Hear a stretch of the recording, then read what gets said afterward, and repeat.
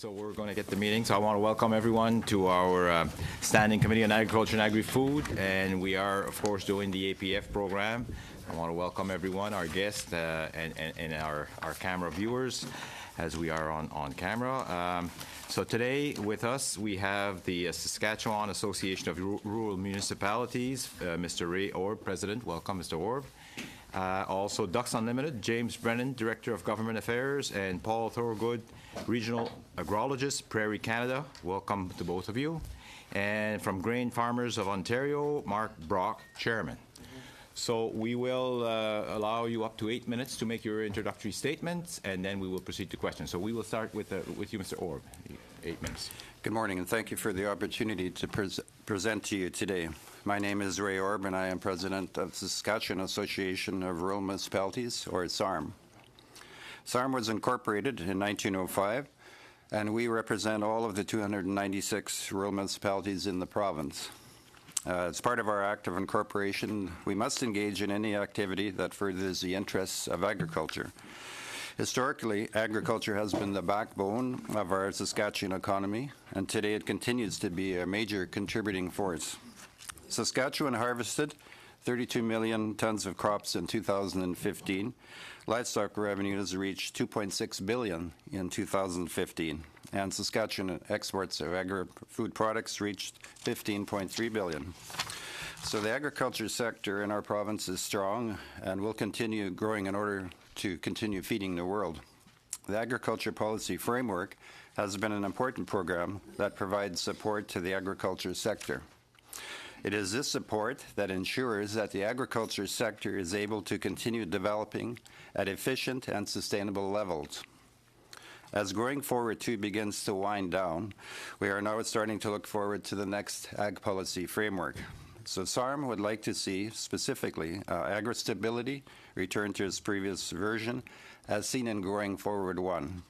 When the coverage decreased from 85% to 70%, agri-stability decreased in its ability to help the middle class. We are finding that producer uptake in agri-stability has been decreasing as the program is not beneficial as it once was. So SARM believes that the middle class in Saskatchewan would benefit greatly from restoring the old coverage. This would provide relief to thousands of middle-class families and would make a difference as they work to balance their family budgets. Agri-Invest is another program that SARM would like to see amended. As the 1% contribution rates, Agri-Invest funds are likely to be inadequate to provide meaningful support during periods of severe income declines. Matched producer contribution rates should be increased to allow for greater funds access, and SARM believes that there should be increased federal investments into production insurance by increasing its contributions to the premium and improving coverage options. So where possible, simplification of the administration of these programs should be implemented in order to ensure that funding flows faster to producers and less is spent on the administration. Access to non-potable water in rural Saskatchewan is also an issue for producers as they require water for their operations. The Farm and Ranch Water Infrastructure Program provides valuable funding to support the development of water resources in rural areas. Developing water sources is integral to the well-being of a community and essential to the agriculture industry. Enhancing water resources in a community is an important economic driver, and SARM wants to ensure that the funding remains in place for the development of non-potable water resources for rural areas. Another area that SARM would like to see consideration given is in regards to climate change mitigation and the environment. As producers adopt the latest technologies and machinery to reduce their carbon footprint, support in the form of rebates or grants would also provide incentive for all producers to continue being environmental stewards and reducing climate change. Building further on the environment, the importance of the agri-environmental group plans will likely grow in importance. Providing education and awareness on environmental issues is important as we fight to reduce climate change and as Canada enters into new trade agreements and new requirements may be expected of producers. It is important that producers have readily available access to that information to ensure that they are in compliance with any requirements that may result from these trade agreements. SARM has been very vocal in opposition to a federally imposed carbon tax, as it would have negative consequences for the agriculture sector. A carbon tax would not just affect farmers' use of fuel, but it will affect other inputs, such as farm fertilizers and farm chemicals. Producers are unable to pass these costs to the consumers as they are price takers. This means as the costs of all inputs rise due to a carbon tax, producers are left absorbing that into their bottom lines. So the agriculture sector cannot afford a carbon tax, and it doesn't support the sector's goal of feeding the world as global demand and populations continue to increase. So this represents the areas that SARM would like taken into consideration as the next agriculture policy framework is made, and SARM is willing to examine areas of interest and need. An example of this includes labor shortages in agriculture and the Temporary Foreign Workers Program.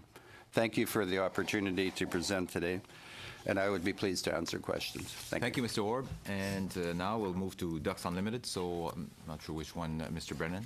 Go ahead. Good morning, Mr. Chair and members of the committee. Thank you for inviting Ducks Unlimited Canada to contribute to this very important study as the government develops the next agricultural policy framework for Canada. We believe that the next framework should continue to support the growth of an environmentally sustainable agricultural sector while helping Canadians respond to global market demands. My name is Jim Brennan. I am the Director of Government Affairs at Ducks Unlimited, and I'm also the co-chair of the Green Budget Coalition. Joining me today is Paul Thorogood. Paul is Ducks Regional Agrologist in Prairie Canada and our primary liaison with the agriculture industry. A farmer himself, Paul has been highly engaged in national discussions on agricultural sustainability, including the Canadian Roundtable for Sustainable Crops. As the country's leading conservation organization, Ducks Unlimited Canada has been working for nearly 8 decades to conserve, restore, and manage wetlands and associated habitats for North America's waterfowl. Our work and achievements are largely the result of strong partnerships with private landowners. Thanks to the environmental commitment of 18,000 landowner partners, Ducks Unlimited has been able to conserve nearly 6.4 million acres of habitat to date. Despite our combined efforts, wetland and other habitat loss in North America continues to increase at an alarming rate. Since European settlement began, Canada has lost nearly 70% of wetlands found in its southern working landscapes, and we continue to lose more than 29,000 acres of wetlands each and every year. The consequences of this ecological loss are significant and can have long-term ramifications, not only for Canada's finances and climate resiliency, but also for our agricultural sector's growth, competitiveness, and public trust. As a society, we are already paying for the many of the lost ecosystem goods and services, or EGS, that are the result of land conversion, including carbon capture and storage, water filtration services, flood attenuation, and groundwater recharge. Producers are also experiencing a number of environmental challenges that affect their bottom line, including more frequent flooding, soil erosion, and population declines of important pollinators and insects. These challenges will only be magnified by a changing climate.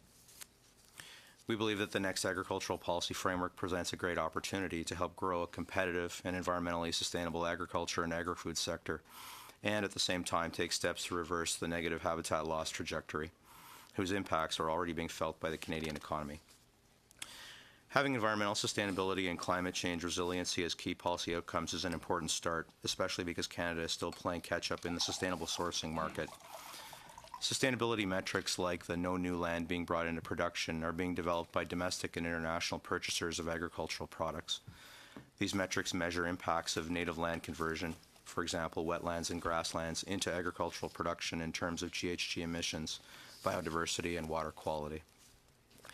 The concern is that current government policies and programming under Growing Forward 2 do not provide the much-needed market signals or incentives to keep Canadian agriculture ahead of global trends like climate change, adaptability, or on-farm sustainability, both of which are significantly influencing global market demand, sector growth, and Canada's competitiveness.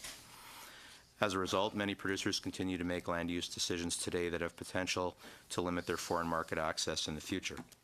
For example, when we examined 3 sub-watersheds in Saskatchewan using the no new land brought into production measure, we found that 2/3 of land parcels would have failed their audit within the past decade. The issue of newly cultivated land is closely linked to the sector's ability to address the impacts that climate mitigation measures will have on agriculture. While we recognize some of the industry's concerns, we also believe that Canadian agriculture is uniquely positioned to capitalize on some of the opportunities afforded by a low-carbon economy, provided that the right tools, programs, and policies are in place. Certain agricultural industries have already made significant strides in reducing environmental footprint through conservation and land management practices like no-tillage. Another example is the 4R Nutrient Initiative led by Canada's fertilizer manufacturers, which help reduce runoff or nutrient known to cause GHG emissions, algal blooms, and related declines in drinking water quality. While these initiatives and practices are important, habitat conservation and restoration is still the best mechanism for delivering ecosystem services at watershed scale, which is critical to effective climate adaptation and resiliency. At this time, I'd like to hand the mic over to my colleague, Paul, who will offer you some ideas and suggestions on how the next APF can support the growth of an environmentally sustainable agricultural sector and help advance other important policy priorities. Thank you, Jim, and good morning. Considering the environmental challenges and market pressures facing the sector, we believe that there is a compelling need for an agri-environmental vision supported by policy leadership and intergovernmental collaboration. The next APF should be supported by sound legislative frameworks and consistent across provincial and federal policy objectives, including one on wetlands. In this spirit, Ducks Unlimited Canada recommends that programs and tools of the next framework fully support the current federal wetland policy. At a minimum, these programs should not encourage or enable land use decisions that conflict with that policy. Without this alignment, it will be very difficult to achieve tangible landscape scale results on issues like habitat loss, water quality, climate change, and biodiversity. In our experience with Growing Forward 2, the impact of beneficial management practices, or BMPs, are highest in jurisdictions that have strong wetland policies and other environmental legislative frameworks. A good example of this would be in Atlantic Canada. Conversely, in areas without these supporting frameworks, habitat and associated EGS losses from unregulated or unlawful habitat destruction are dwarfed the perennial cover and wetlands that were restored via BMPs. In terms of direct programming, we believe that the next APF should build on Growing Forward 2 by developing and enhancing programs that incentivize and reward environmental stewardship and BMPs on agricultural land. Currently, there's a suite of programs that provide producers with cost-shared funding to implement a variety of BMPs that can help farms become more environmentally sustainable while increasing profitability. While cost-sharing may be an appropriate mechanism to encourage on-farm improvements that generate high benefits to the producer relative to cost, an example of this would be improving fertilizer storage on farm. This type of program has not been as effective at incentivizing high environmental value BMPs, like wetland restoration. To increase uptake of such BMPs, we recommend that the next APF facilitate the development and implementation of programs that compensate producers for the habitat and EGS that they restore. Further to this, DU recommends that the principle of additionality be firmly embedded in the new APF and corresponding BMP programming.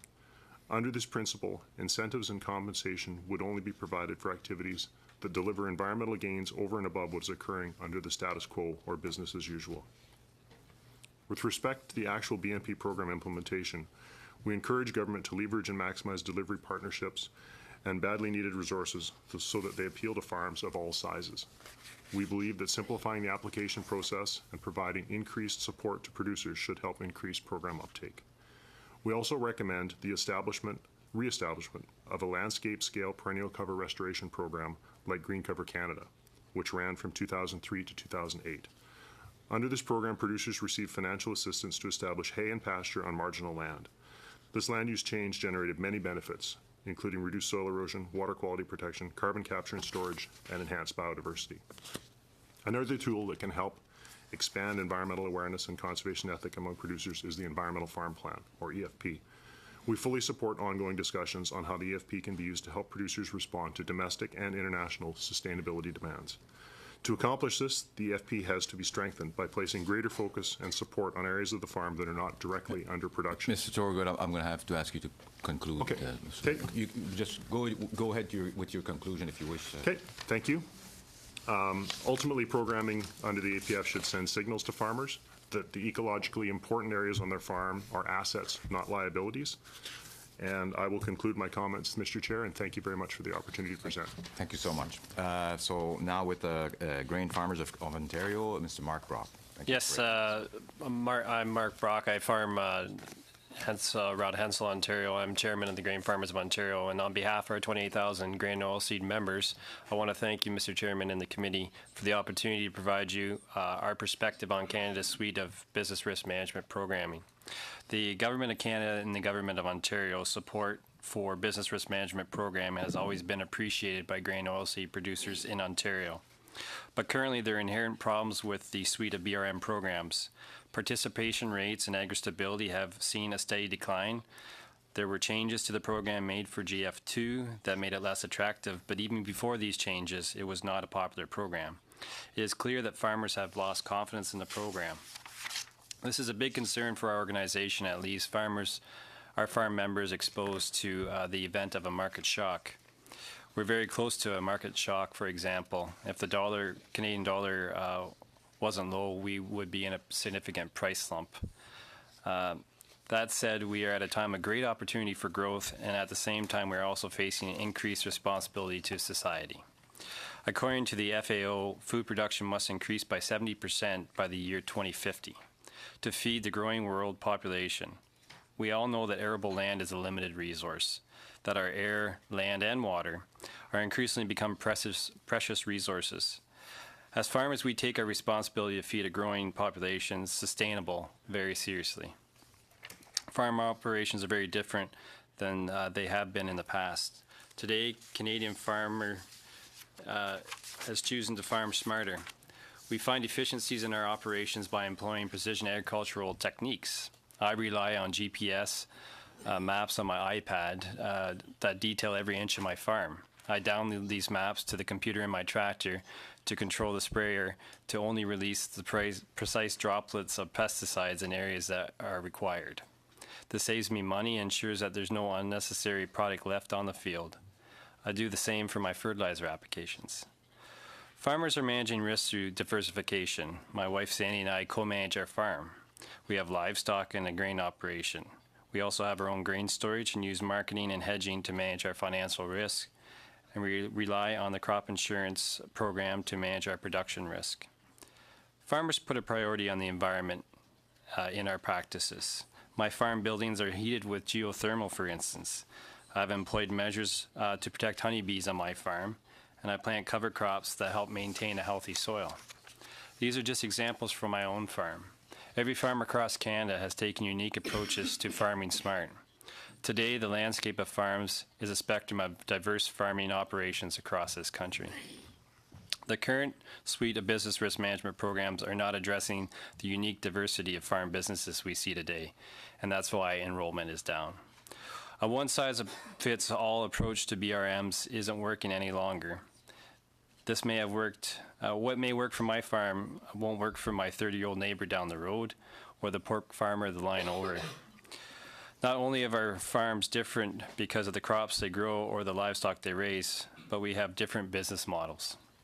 In Canadian agriculture, if Canadian agriculture is going to be in a position to capture the opportunities that a 70% production increase in the next 30 years gives us, we need to be smart about it. Smart farms need smart business risk management programs to choose from. Our members are committed to increase production sustainably, but we can only do this if we have smart BRM programming that helps us to invest in our farm operations and employ new innovations. What do I mean when I say smart BRM programming? Farmers need a choice of BRM programs that are tailored to meet the needs of the diverse array of farm operations that exist today. Farmers need to be able to choose a product that works for their farm operation like farmers can in the United States. This is what we think the new suite should look like. Agri-insurance should remain the same. This program works, and grain farmers rely on it not only to protect unexpected production losses, but it helps access credit that we need to build our operations. Agri-insurance is an excellent example of a program that works. Enrollment numbers are steady and representative. Farmers pay significant premiums to the agri-insurance program because they know they can rely on the coverage the program provides. Farmer premiums also offset significant payments from government. We need more options for coverage fashioned after the crop insurance model. We need a flexible approach that provides risk management options for farmers similar to what the U.S. Farm Bill provides. Options for farmers to identify their own risk and choose a program that works for their farm operation. We believe the risk management suite should include the following options in addition to crop insurance. We would like to see a program that provides a farmer with revenue risk insurance support based on a 5 or 10-year rolling average of price and yield in their region. Different levels of coverage could be purchased by the producer. We would like to see an Agri-Invest style program with additional coverage that exists today that will allow farmers the flexibility to manage their own risk on their own terms. For instance, these funds could be used to purchase private insurance products that work for their operations. We believe that this program to work effectively as a single choice for farmers, an additional coverage of 2 to 3 times the current rate is required. We support a design that encourages farmers to utilize their Agri-Invest accounts to manage their risks. Agri-stability should remain as a third option, but it needs to be improved. Even though agri-stability doesn't work very well for grain farmers, it can work for certain farms who are diversified in the livestock business. Recent changes to agri-stability have decreased the program's ability to deliver and should be addressed. We realize that we're recommending not just a tweak to the current suite of programs, but we believe it's important that we get this right if Canada is able to take advantage of the growing opportunity for growth to meet the demand of feeding a growing world. To get it right, we should test the products with farmers in the industry by rolling it out as a pilot in a region first. Eastern Canada is a great place to start. In Ontario, our province has long recognized the inadequacies in the federal suite of programming and provided a risk management product to address some of the gap. A pilot will allow us to develop a program solely to build up momentum and interest by testing it out with farmers in a real-life scenario. This will provide experience to show that increased enrollment and cross-compliance can be achieved through a program that meets farmers' needs. Once these programs are in place, we think just as the U.S. has provided for its farmers, there needs to be some risk management and financial planning education for farmers. Education is an important part of making these revised programs work for farmers and for the economy and should be included in the next policy framework. In the Calgary Statement, agricultural ministers laid out a path forward for an opportunity for alignment. We believe now is an ideal time for alignment of timing, interests, and opportunities in which the current suite of programs, initiatives, and platforms can be better aligned with the challenges and opportunities to support business success and economic growth. We believe that it's important to examine options for the reform of BRM programming to support the vision of creating the most modern, sustainable, and prosperous sector in the world. Government has indicated that they have no desire to return to the days of ad hoc programming, but the call for these are highly likely if a major market shock should happen. There are opportunities to achieve these objectives for the broader public interest outcomes. Grain Farmers of Ontario are open to cross-compliance mechanisms to help government achieve its broader public interest outcomes, including water and soil health, climate change, economic development and growth, market development, and innovation. But we need to make sure that we have a meaningful suite of programs to choose from that works for today's complex array of diverse farm businesses. Thank you for the opportunity to speak with you today. Well, thank you, Mr. Brock. And we will now start our first round of questions. And with the 6 minutes questioning, Mr. Shipley, you will be the first one. Thank you very much, witnesses, for coming. And so, first of all, Mark, I want to, from Ontario, so I'm going to maybe focus most of my questions towards that right now. We talk about environmental sustainability, and obviously Grain Farmers of Ontario have been involved, your sector has been involved a number of years in terms of pollinators. And so what I wouldn't mind asking is, can you help us a little bit understand what your industry has done in terms of grain farmers to help and sustain environmental practices that are not detrimental to not just pollinators, but other effects within the agriculture sector? Sure. I think you're speaking to that conversation around public trust and having to ensure that our consumers and society as a whole are comfortable with the farming practices that we're doing specifically to the grain and oilseed sector in Ontario. It's an issue that we really focus on in terms of sustainability and ensuring that our practices are environmentally sustainable, and that we can achieve some of these goals and targets effectively and efficiently and with less environmental impact than historically we've had. And it's a message we're trying to communicate with the public as a whole through consumer outreach and different communication strategies, and talking about some of these sustainability projects that we're a part of, to help the consumer feel better about the product they're purchasing. So I think the public trust, I'm going to be honest with you, I think of all the, when we're talking about the APF and going forward, I really believe at the end of the day, if we need to really focus on the public trust issue. And I'm wondering, in terms of the innovation, technology, research that has happened, for example, I mean, the issue around the pollinators became a national issue, even though it seemed to be focused mostly with some of the producers in Ontario. You talked about your own farm business and what you've been able to do, which I got to admit, if you went to a school or if you went to most of the people in your neighborhood, they would have absolutely no idea what you've done, but they would be overwhelmed to know what you've done in terms of using that technology. And so I'm wondering, have you had good cooperation in terms of development of innovation with equipment dealers, with seed producers, manufacturers, those types of people? I think it comes back to how you build that consumer trust, and who's viewed as a trusted source of information. Personally, I would have to say, as a chair of an organization such as Grain Farmers of Ontario, my credibility is less than my wife's would be in terms of her engagement with her social group, because she farms. She probably works harder on the farm than I do because I'm gone all the time. And she's a very trusted source, and I think we have to reach out and use some of those people to communicate our message, and I think really simplify our message so that it's understandable. But I do think there's room in the upcoming APF in terms of helping assist in the communication strategy. In the current GF2, with the work done through the Canadian Roundtable for Sustainable Crops, we failed to get some funding on a communication strategy to communicate what that roundtable is doing.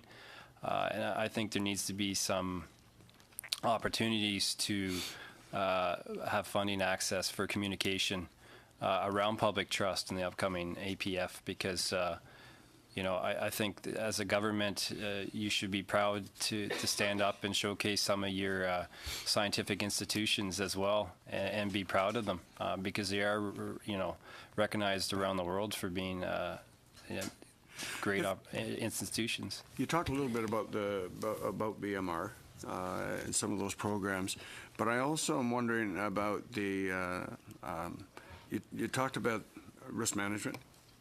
And one of the things that is a concern is getting that as a national type of program, because right now it is an ad hoc. In Ontario, they have their own risk management program. In your discussions with organizations across the country, how do you sense that would come together, and is it in terms of getting a consensus across the country? We've been having significant conversations with nationally with our counterparts across Canada in the grain oilseed sector about business risk management programming from a national perspective. And I think really what we're looking for is some flexibility. I kind of highlighted our opinion of what we look at, but we're talking about having three options and picking one of the three, not being part of all three. I think we have to be aware of the financial situation of not only the federal government, but provincial governments across Canada. And we have to be smart about it because, we require all the provinces to sign on to this APF as we go forward and agree to terms to business risk management. And I think that's why we have to have that, maybe more so than just a tweaking conversation, but a policy conversation.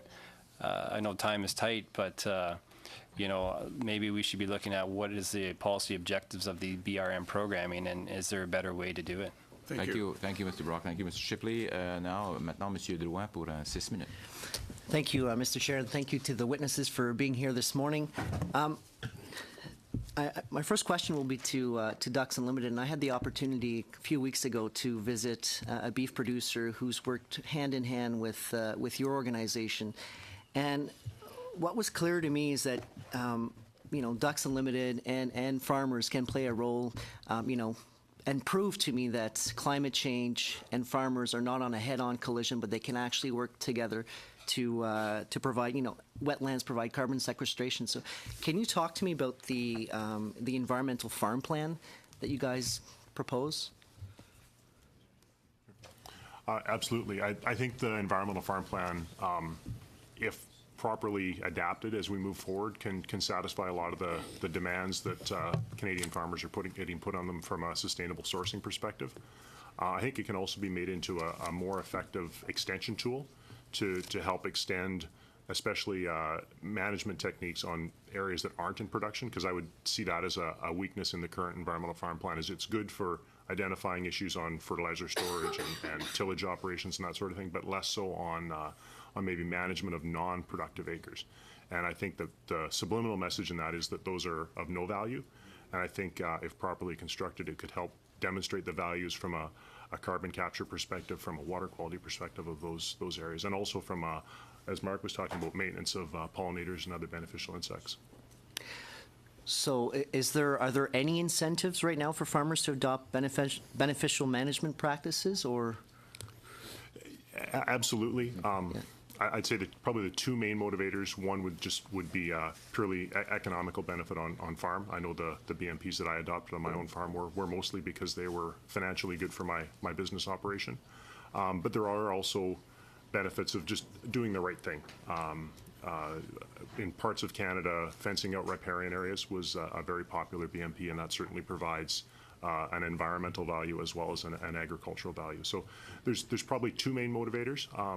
We'd certainly like to see the environmental value become more visible, and having markets that Canadian farmers can participate in from an ecological goods and services perspective would certainly be an increased motivator, because then you're doing a good thing, but you're also receiving some sort of financial remuneration for that. And I've seen the beef operation in my riding, but are there any other types of operations that you're working with across Ontario or the country? Or? In terms of, are there other partnerships where we? Yes. Yeah. I mean, the obvious one is the closest to Ottawa would be the one in your riding at our Atticus Bay project. So we allow cattle grazing. It's we fenced off ecologically sensitive areas on the property, but certainly we have a very strong operational partnership on that property with that particular farmer. I don't know if you know of any in Saskatchewan. I think I'd like to talk maybe a little more at the industry scale, if I can. We're one of the few NGOs that have engaged in both the Roundtable for Sustainable Crops and Roundtable for Sustainable Beef, and really that's a recognition that the working landscape is critically important to not only the economic well-being of Canada, but the environmental well-being, because most of the habitat that we view as important for waterfowl is owned and stewarded by farmers. So working with both of those groups to help improve and maintain the stewardship that's there as we go forward has been critically important for us. So they're both very strong partners. And if there was one priority that you would recommend for the next APF, what would that be? The one comment that I didn't get to was talking about the need to quantify both economically and environmentally the benefits of BMPs, so that we can better understand what's happening. WEBS was a good first step, which was under the last APF, which was looking more at BMP by BMP, but looking broader at a landscape level and understanding what the benefits or costs of different stewardship practices would help inform not just this APF, but future APFs as well. Great, thank you. Mr. Brock, I'm glad to hear that you're farming around Hensel. Other than speaking with Mr. Shipley, nobody knows where Hensel is, but I do. Oh, so there's Lloyd, but my better half is from there, so glad to hear that I know somebody else. Yeah. You've touched on a point with agri-stability where production margins used to be at 85%. Now they're at 70%. So, if your organizations or some farmers experience a lower price one year, or if producers or beef producers experience a disease, for instance, they could access this. But we're hearing from multiple witnesses that nobody is accessing this program. And you've said that the threshold is important, but it's not the only thing. What else would be important? And heard you talk about flexibility. Yep. But what would flexibility look like? Well, I think flexibility, first of all, I'll address your question around ag stability. From a grain and oilseed producer that isn't very diversified, is mainly in just grain and oilseeds, when you add the rule in there of 2 times your expenses, allowable expenses, that actually really deflates our target even lower. So we might be at 75%, but a lot of situations we would almost be at a 50% income loss before we would trigger significant dollars of the program. Then it really becomes a disaster program. And the timeliness of that program and the lack of value put on it by financial institutions really leaves me in an area of flux. So unless there's some significant work done to address the 2 main non-allowable expenses, which is machinery and land costs, I'm not sure would ever work well for grain and oilseed producers, even if you were to increase the trigger back up to the original level. Thank you, Mr. Brock. Merci, M. Drouin. Madame Brosseau pour 6 minutes. Madame Brousseau, 6 minutes. Thank you, Mr. Chair. And I'd like to thank all of the witnesses for your presentations and their expertise this morning. I think it's very important that we work to ensure so that the next APF will be improved. That's the hope, I believe, of everyone here around the table. Spoke about agri-stability, and we've had a lot of witnesses come before the committee talk about issues and how that they wanted to have it reestablished to the original going forward 1% reference margin. Are there any other programs that you would like to see change that you could recommend to the committee? Within the ag policy framework, the Agri-Invest, we mentioned that as well. But one thing we didn't mention was research funding, and we think that also is important because as technologies change, as farms are able to adapt, if there are some programs that can help that through research, I think that's also important. The other thing were the environmental farm programs that we mentioned, and I know that environment is a big part of what we do on our farms right now, and I think that there is a level of trust, I think a good level of trust, not only across the country, but I think across the world that Saskatchewan and Canadian farmers produce food that safely. So I think we really have to focus on those environmental farm programs. We work in our own provinces with the best management practices. We have some flexibility in those programs. And so I think I'd like to see that continue, and we hope that the federal government listens to the fact that we see all these farm support programs, business risk management, as an important tool. And we don't think that farmers should have to rely on ad hoc programs. There should be good programs in place for business risk, and those farmers should be able to participate in them. But when we see the numbers falling, we see a red flag, and we need to have that change. Oh, absolutely. We're on the same page. Are there issues of having, I know in my riding, it's hard to find workers in certain industries. We've had witnesses come before the committee and talk about certain barriers and problems, and they've been able to share some solutions. Is that something that is an issue for you guys?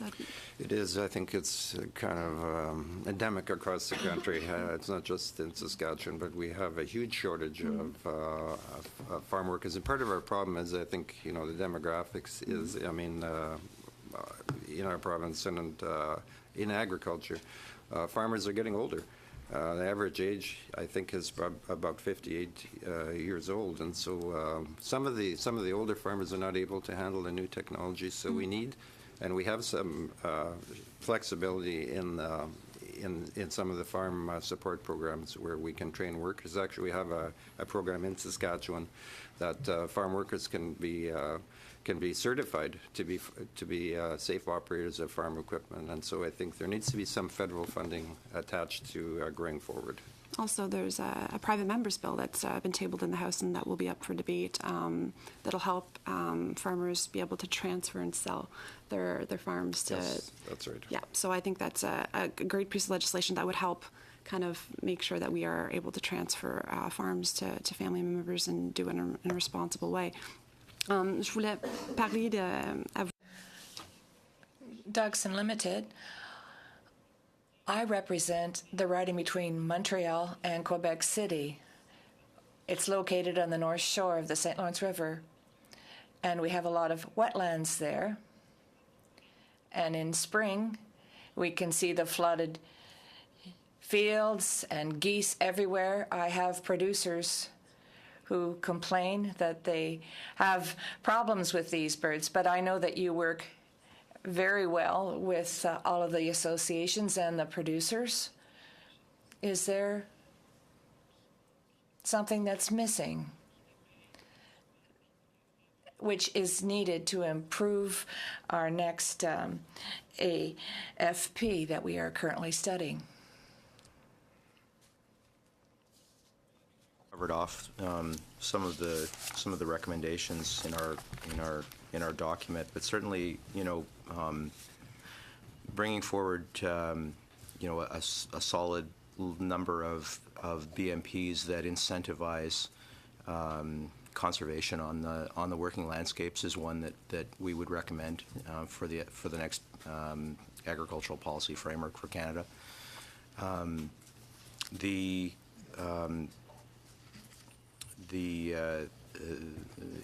You mentioned the north shore of the St. Lawrence. I mean, that's a continentally important area for birds, so it's not surprising to hear that you have many birds, flying through that area. Yeah. The Lac Saint-Pierre area of the St. Lawrence River is one of the most important waterfowl staging habitats in eastern North America. So it's one that we have particular interest and support for. I don't know, Paul, if there's anything else you want to say on that? Or? I don't think so. Yeah. Okay. Sorry? 10 secondes. 10 secondes. 10 seconds. Thank you.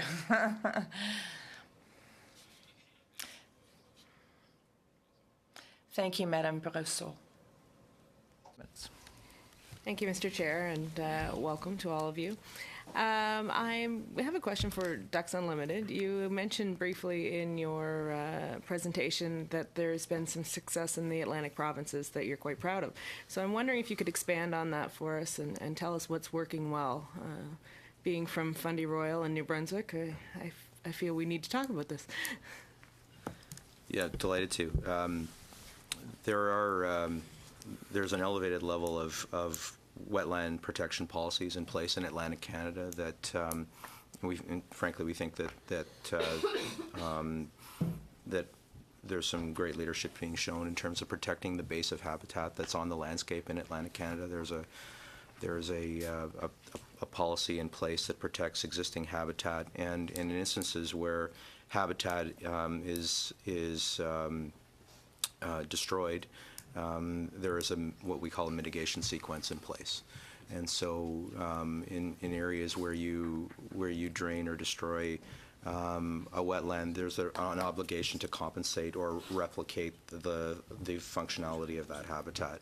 And that exists in New Brunswick, that exists in Prince Edward Island and in Nova Scotia. And Newfoundland is looking at similar legislation. They've been looking at that in recent times. It hasn't been fully affected yet. So much of this was driven by the need to improve, in the case of PEI, improve water quality, because there had been issues with groundwater contamination and groundwater quality, and of course all the drinking water in Prince Edward Island comes from groundwater supplies. So it's certainly that keeps With those types of policies in place, and I know that Alberta has moved quite far down the road in terms of implementing a similar type policy. With those types of policies in place, there's a very sort of clear understanding or a level playing field, I guess, if you want to call it that, in terms of understanding how the landscape is going to be managed. And those services provided by wetlands and other habitats, like which we've talked about, water quality, reduced runoff, soil quality. These services that are provided, ecosystem services that are provided by wetlands, continue to be provided and supported under in the Atlantic provinces, in particular, because of the support that they receive from those policies. Okay. And so those are provincial government policies? They are. Yeah. How does that balance work with farmers? I think that our I don't work daily in Atlantic Canada, but from what I understand from our Atlantic team, the partnership has been strong. It's been there's been a tremendous clarity. Farmers are generally speaking, very strong environmental stewards. They're very close to the land. They own the land. They're deriving income from the land. So understanding what those services are that are provided by the habitats that they own, is an important part of farm planning and a part of their overall business planning. So I think that the partnership's been very strong. Yeah, I had the good fortune of being at the Soil Conservation Conference last week in Moncton, and there were several producer panels talking about the BMPs that they've established to help reduce the off-farm impacts of particularly potato production. Mm-hmm. So talking about putting in grass buffer strips and that sort of thing, and repairing their riparian areas and that sort of thing. So I think that in most instances, the farmers were quite proud of the improvements they've made on their farm, and there wasn't a lot of talk about losing productivity. It was more making improvements on their farm to maintain their social license, which I think Mark had talked about a little bit as well. Great. Now, I know one of the things that you're focused on is the research that's been done recognizing wetlands as an eligible carbon offset. Can you give us some research numbers, some data around that? We have a fact sheet that we've developed that I can certainly provide to the committee if you'd like a copy of that. There's no problem with that. I think the important distinguishing feature is that existing habitats are mature habitats, and they sequester carbon and hold carbon. It's more so in peat-based landscapes than in mineral-based landscapes. So boreal, when you get into the boreal, you're getting into wetlands that are in the boreal tend to sequester tremendous amounts of carbon, more than in the mineral soils. But I can certainly provide you with more information and the committee on that if you'd like. So. Yes, thank you. I think that would be very helpful. Yeah. And I think that's almost my time. So 15 minutes. Yeah. Thank you. Thank you, Ms. Lockhart. And now Mr. Longfield for 6 minutes. Thanks, Mr. Chair, and thanks to the witnesses for coming. It's a range of topics we could dive into, but I want to focus on the two added topics that the Calgary Statement has, one around public trust and one around value-added agriculture and agri-food processing.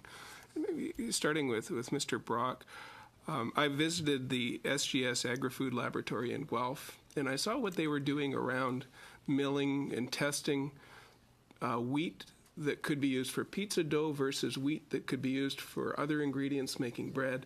There's a value-added component there. And by the way, I should mention that Hensel's just up the road from St. Columban, where my wife's family came from. So St. Columban, everybody knows. Could we talk about the value add that's going into grain production? For sure. When looking at the situation from an Ontario perspective, we're so close to our consumer base. Transportation isn't an issue for us as much. So then we always look at further processing or adding value to the products that we produce. trying to get more profit or value back to our membership, value creation through the value chain. We partnered with Grain Farmers of Ontario, partner with SGS, a great international company, kind of one of their first partnerships with an organization like ourselves to create this wheat quality lab, in terms of we can do analytical testing to ensure that purchasers of Ontario wheat actually know the quality and parameters around its usage, so they can target where it goes, which helps us market Ontario wheat, and almost get to a point of trying to brand wheat grown in Ontario, and kind of it falls to that consumer trust as well, where the public can look at something that as we go down this road, maybe we can have a Canada brand or an Ontario brand, or growing an Ontario brand. From a grain and oilseed perspective, we have that on the vegetable side very predominantly in Ontario, but not so much on our side, because we're kind of the ingredient. So I think we're just really working towards that value creation to our membership, but up through the value chain, and saw some real value in working with a partner like SGS to do this analytical work. So in the new policy framework, the public trust tying with the value that's being created is a good story that we could tell. For sure, and I think it's a certain level of responsibility too from producers not looking to government to fund everything. Here's a prime example where money from my farm has gone into a partnership with a private company. Great. I think there's some support that could be offset a little bit with government, but it's not something that we sat on the doorstep of government demanding. Great. We took the initiative and did it ourselves, and there's definitely a role government can play in terms of assisting us with that. But I think it's a great example of a public-private partnership. Thank you. And I've got half my time remaining, I wanted to skip over to Mr. Orb and talk a bit about the value-add agri-food processing equipment manufacturing. We had in the industry committee, the INDU committee that I sit on, we had Leah Olson, who's a wheat farmer south of Regina. That's part of she's the chair of the Ag Manufacturing Association, Ag Equipment Manufacturing Association. She said that there's a lot of small towns in Canada where the employment base that's making machines is actually higher than the number of people living in the town. So stimulating manufacturing in rural areas and how the policy framework might help create value for new seeding equipment or new headers or some of the new technologies that's going into farming in Canada, whether that's part of this framework, or do you see a role there? Yeah, it could be a part of it. I know that there are a number of small towns in rural Saskatchewan that you're right. They have more people that are working for manufacturing. I can think of companies like Burgo, Flexicoil started in the rural area, Seedmaster, Seedright. There are a whole bunch of different companies that really started there. But I think, the federal government, I think, has done a good job. I give credit to, to them when credit is due. But I'll use canola as an example. It's a huge success, and it was developed actually at the University of Saskatchewan. But it was some of the funding that was used to develop the genetics, to be able to take a crop that wasn't very popular around the world because of the poor oil content, and to develop a product that was really marketable. It's been a huge success. And it is, for the better part, it's a major contributor to our agriculture GDP in Saskatchewan. Livestock is important, and the genetics that have gone into that to improve that industry is important. But canola is a huge success, and so there is, I think, a good way to provide more money to research, to use more machinery that's more efficient and things like that. But I think there is a possibility to do that. And a lot of them are exporting as well. Yeah, there are. The difference, I think, with Saskatchewan is we export a lot more than we consume, of course. And in terms of machines as well. Yeah, there is. I know there are manufacturers just outside of Regina. They have a good market in Canada, but their major market is the European market. And so, I mean, European agreements and things like that are very important to Saskatchewan, to Canada as well. Perfect. Thank you very much. Mr. Longfield, and Mr. Gould pour 6 minutes. Gord for 6 minutes. Thank you, Mr. Chairman. I'd like to thank the witnesses for coming here this morning. I have a question for Mr. Brock. You talked about implementing pilot projects for our risk management program. I find the idea quite interesting. Could you elaborate, please, with respect to these pilot projects? Looking at a pilot project, what we're really thinking about is looking at designing something, an example of an insurance product that was created in Western Canada, the livestock insurance program, I believe used by Western producers for cattle, and I think it's opportunity for pork as well, where they took some agri-risk money that's in existing GF2 right now and looked at designing and implementing an insurance product for producers that's really just kind of backstopped by government, but not solely focused on government dollars. And I think what we're looking at is there an opportunity for Eastern Canada with a similar crop profile to create a program that offers, something that's bankable and predictable for producers in Eastern Canada as an insurance type program through some agri-risk dollars that really manages the liability put on government standpoint. I think that's some of the reason why we saw the cutbacks in agri-stability was that there was a huge liability hanging out there with the high rates, and that as it would made government nervous about what was sitting there for exposure. Is there a way to maybe create some private opportunities outside of government could carry some of that liability, but still maybe some assistance from government to create that desired marketplace to create more opportunities for private insurance options out there. I think from our standpoint, is there a way to assist the government through the now and through the new APF to assist in creating some of these options in the marketplace, or pilot what it could look like from an Eastern Canada perspective, and then is it something that could be modeled nationally as well? It's kind of trying to think outside the box a little bit.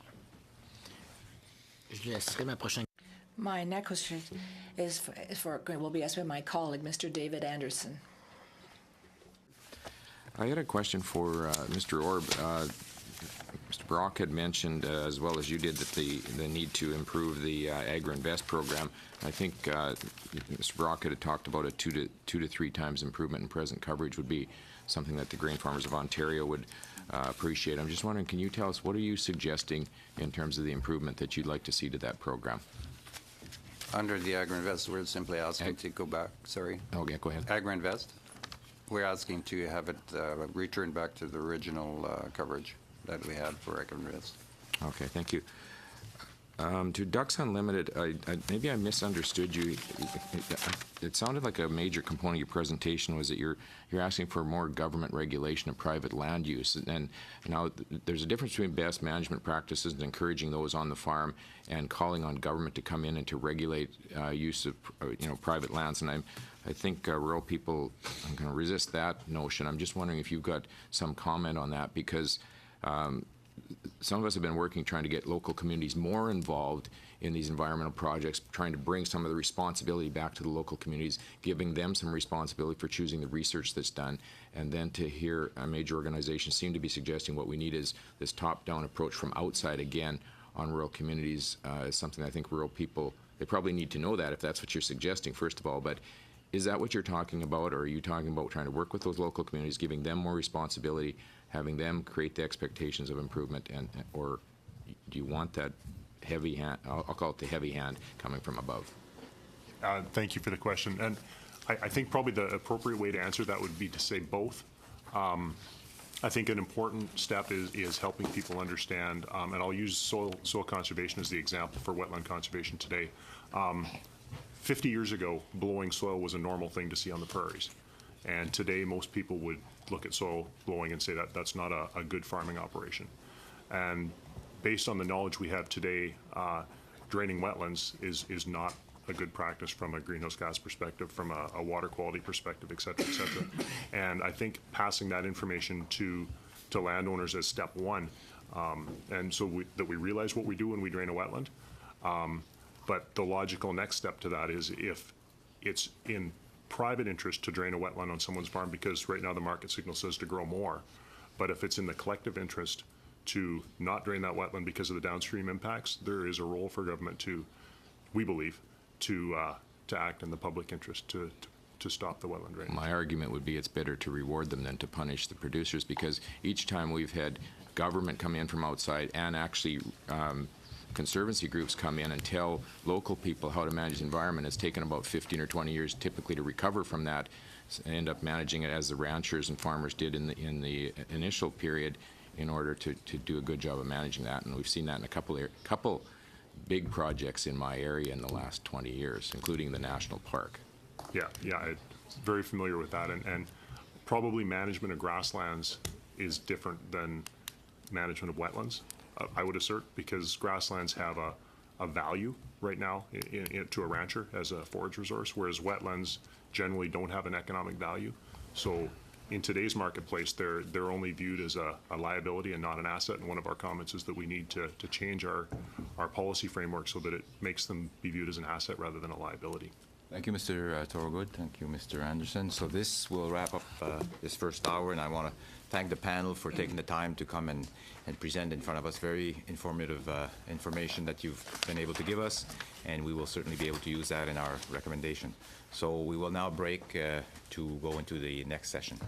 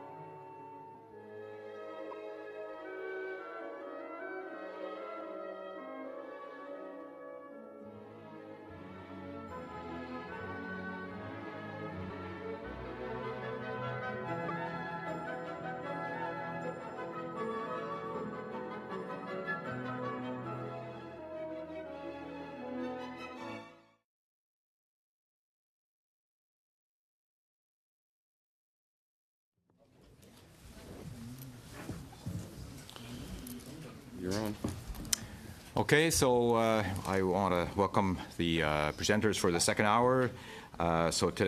This second hour we have a briefing on bovine tuberculosis in Alberta, and I want to welcome the witnesses online. We got Mr. Brad.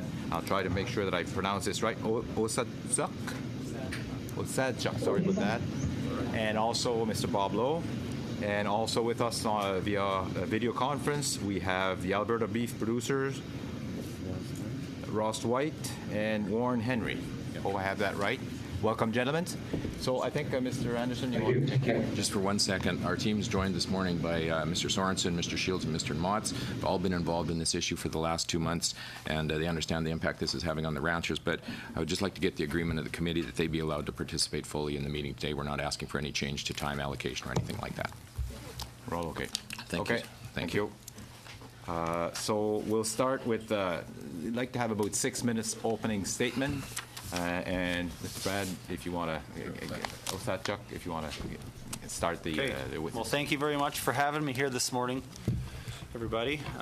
It's been interesting to come to Ottawa and meet with you all. So I'll start by just telling you my story and how this all began. On the 22nd of September, I got a phone call from the CFIA telling me that I had shipped a cow to market that made her way to the United States for slaughter, and that she had tested positive for tuberculosis. And that was the worst day of my life so far. So the following days were full of conversations with CFIA, and the following week they came out and sat down and quarantined my entire ranch and all my cattle, and we just waited to hear, what exactly, how this was going to go. It was very unclear, and there wasn't a whole lot of answers, and I had a lot of questions, and naturally, and it was tough. But so we talked a bit, and I guess the next step was trying to orchestrate and get some testing set up to test these animals to see, in fact, if it had spread to the rest of our animals. And so on the 22nd was the first contact. On the 17th of October, more than 2 weeks, just about 3 weeks later, we actually started the testing on the rest of the animals, and that took a week. On the ranch, lots of stress on animals and people, and we identified 33 reactors out of the rest of the cattle, which in that herd worked out to about 450 head total. So 33 out of 450 head were reactors. We waited to hear more on when they were going to go for postmortems. The only way they can positively confirm TB is with destruction in a postmortem and testing on tissues. So on the 8th of November is actually when those 33 reactors left the farm and went to Lacombe, Alberta, to a slaughter facility where they took samples, and I guess it was last week is when I actually found out that there was 5 more out of our herd, so 6 cattle in total that tested positive for the preliminary PCR, the genetic test on those animals. So far to date, that is the only 6 animals, and they're out of our herd, my family, my father and mother, and my wife and kids, our ranch that we ranch together on. They're all from that herd. So there's been a couple other neighbors. There's a Hutterite colony and another neighbor of ours that were kind of grouped into the index herd status because of our wintering. We wintered some cattle together, and they've been One of the two herds have been deemed clean so far. There needs to be the culture test is the final test, and that will learn exactly if this is for sure. The culture is the 100%, I guess, indicator. So I don't know what else. I have another herd of cattle that up north that are waiting to be tested. They're tested. We're waiting for the cattle, for the reactors to go to be go through the plant and be euthanized and tested, the tissue samples. So it's been a long 2 months. It's 2 months today, actually, to the day, and it's been trying, but as a community, it's been very tough on everyone. There's 34 ranches in the community, and 2 in just east of us in Saskatchewan that have been quarantined, and there are further quarantines going on as we speak. I was contacted by a fella west of Brooks that I sold cattle to in 2012. So it's very, very tough. Our whole community is impacted, and almost 90% of the ranches in my area are under quarantine at this point. More than 10,000. I think the number is 18,000 head are quarantined right now, and very few ranches have been actually tested. So this is going to take months longer at the way we're going right now. So, and once winter sets in Alberta, it's going to get more complicated. So thank you, Mr. Otsachuk. And now we'll go via video conference. Just to confirm, can you guys hear me? Yep. Yes. Okay, thank you. So we'll start with Mr. Ross White, and Mr. White is on the left of the screen. So, Mr. White, you have a 6-minute statement if you wish. Okay. Hello, my name is Ross White from Jenner area. My brother and I ranch in the Jenner area, and we were quarantined on October 22nd, just prior to marketing our calves. We pre-sold our calves in late October, in early October, and we're scheduled to deliver the last week in October and the first week in November. The quarantine prevented us from marketing our calves, resulting in loss of profit over the above market. We were forced to renege on our contracts. This also put the buyer in a tough spot and may impact future sales to him. There are many costs that we are forced to incur because of the constraints placed on us by CFIA and the federal government. We are unable to get response from the head vet for 10 days from the time we were quarantined. We were told to call him on any livestock movement. How does that work? Our calves are still on the cow, as we have not given any direction to when we may be tested and or when some or all of our cattle will be released from quarantine. We are getting very mixed messages, and the costs continue to rise. The quarantine has affected our management of our cow herd as follows. Calves still on the cow, resulting in loss of body condition of the cow. Increased grazing pressure on our deeded and lease, resulting in loss of litter and carryover. Concerns over the lack of availability of water for the calf crop that is quarantined, and possibly of huge loss due to wintering out of dams when the ice is thin. The cost of an introduction of the calves when we wean them this week, and the additional manpower required, and when we wean our large herd, we normally don't have the expense, so we are unsure on how to handle this. Death loss may be large if the weather turns against us.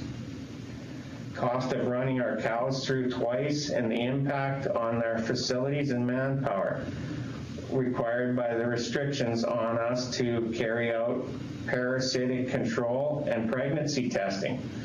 We really are unable to treat anything, as the impact does treatment have on possible slaughter.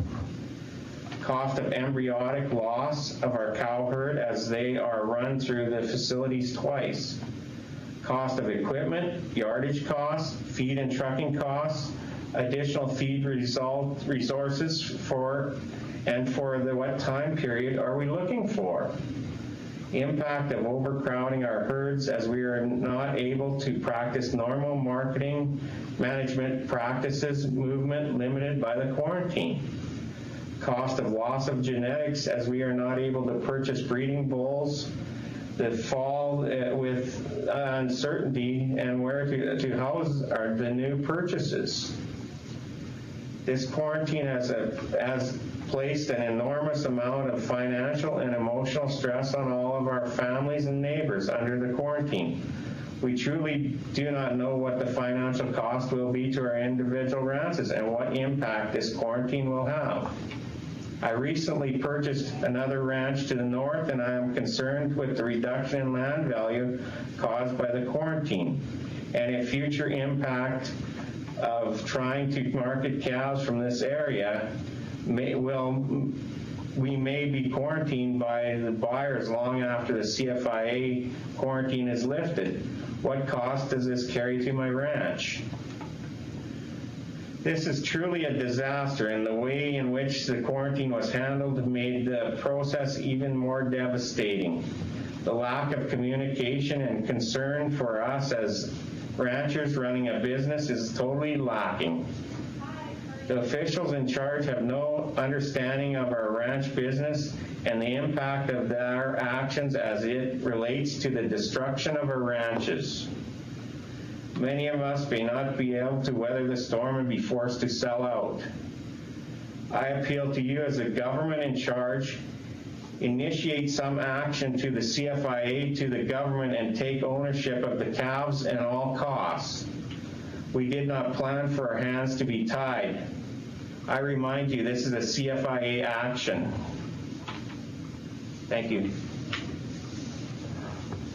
Mr. White, and now Mr. Henry for 6 minutes. Thank you. Good morning. I'm Warren Henry, third generation cattle rancher from Patricia, Alberta. My family's entire cow herd has been quarantined, along with some neighbors, cousins, friends. We're all carrying on business as usual. Early this fall, September, sold our steer calves, half the annual calf crop, by contract through an internet sale. The buyer expected those steers to be delivered the first week in November. Then we normally make our annual payments, but not this year so far. However, all changed. We got a phone call from the CFIA on the 14th of October telling us a whole herd was quarantined. No animals would be leaving, going anywhere, pending the investigation. Not to mention the people that phoned couldn't speak English, so it was really difficult to understand. It took two people before it could actually get the just across. Usually all the calves are weaned on the same day. The first week of November, the steers get on a truck and are weighed at the scale at home. Then they're delivered to the feedlot.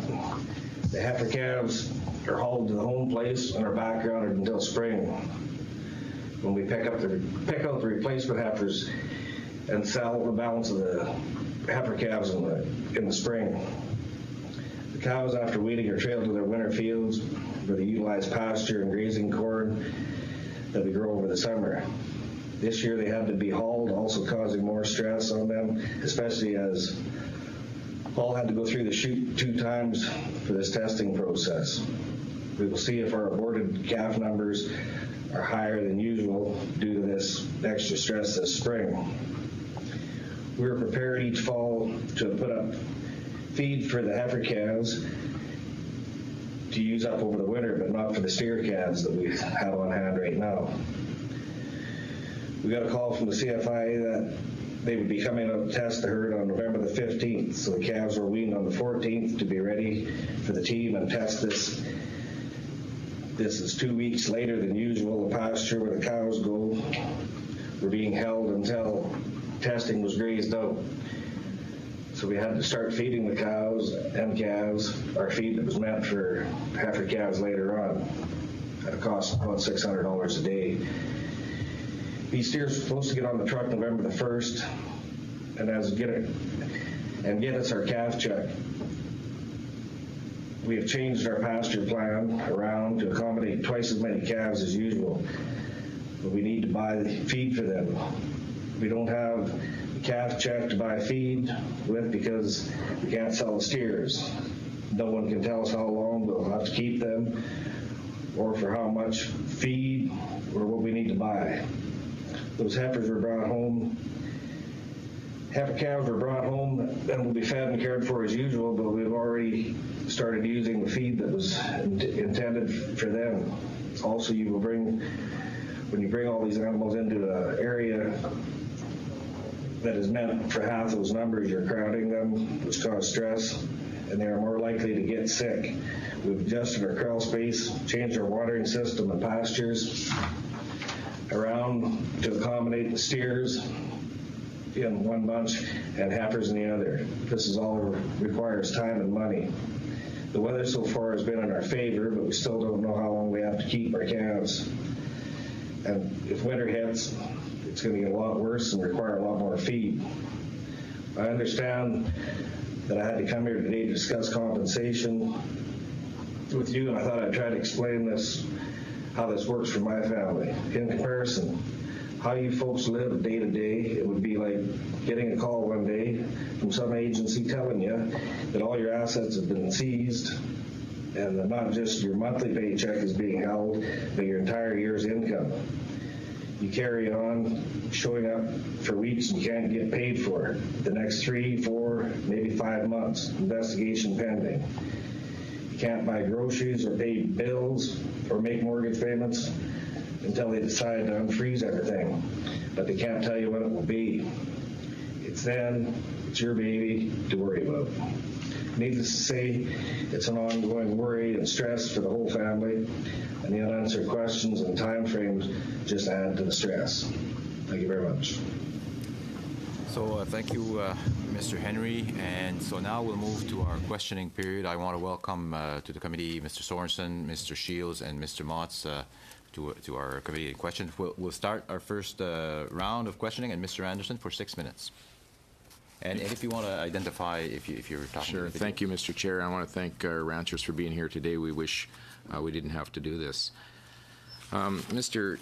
Henry, I'm just going to follow up on what you just finished with. This is a time of year for people to sell their calves. The CFIA, I'm told, won't release the calves even after herds have been tested until all the quarantined herds have been tested, and many people are still waiting for testing. How critical is it that financial assistance be given to ranchers for the additional costs of feeding those animals that are under quarantine? Well, it's real important because we already had all our feed supply ready to go for the year, and now we need way more feed. And luckily right now the weather hasn't been that bad, so the feed they haven't been going through near as much feed. But when it gets 20, 30 below, they'll be using lots of feed. And now we have to try to find the feed. There's a reasonable amount of feed around, but it's hard to find good feed for calves. Well, you end up feeding animals, you don't know what the end result's going to be either, right? I mean, you can end up quarantined for months. Right. You don't know if you're going to get any income out of that at the other end, or they're all going to be destroyed at your expense, right? Right. They already started the testing process, and we over 300 head, we had 10 reactors that they're going to kill. So we're still a long ways away from getting any results. According to the people I talked to, the backlog where they're killing them in Lacombe is they can only do 30 a week, which is okay. Just on the testing issue, anybody, maybe Brad would be the one to answer this because he's been most kind of affected by this directly right now, but have local vets been used effectively in the testing? Whatsoever. And would that help if local vets were? Oh, absolutely. Okay. We have very qualified vets at our disposal that could help if the CFI would let them. Hopefully we'll come up with some sort of a recommendation that happens. Just one other question. If I've got time after that, I'll turn it over to Mr. Sorensen. But the CFI tells us they've got an emergency response center set up. Nobody seems to know anything about it except them. I'm just wondering, would it help ranchers? Avian flu has had a model in the past, I'm told, where they've involved federal officials, provincial officials, local officials, producers, and they've been able to kind of keep track of information and work together. Would a structure like that be of some assistance to ranchers and to the local community. Absolutely. There's very little flow of information. I'm kind of the index, well, I am the index herd. I'm the first guy that was involved, and I know very little about my business or just the flow of I can tell you the frustration goes from you right to the rest of us because we've had trouble getting answers as well. But I'd like to turn whatever time I've got left over to Mr. Sorensen. Thank you very much, all three, for appearing today. And I can tell you that our hearts go out to you. And I think you've been very good spokesman for your circumstances, but also for the industry. To Brad, how many head of cattle do you have?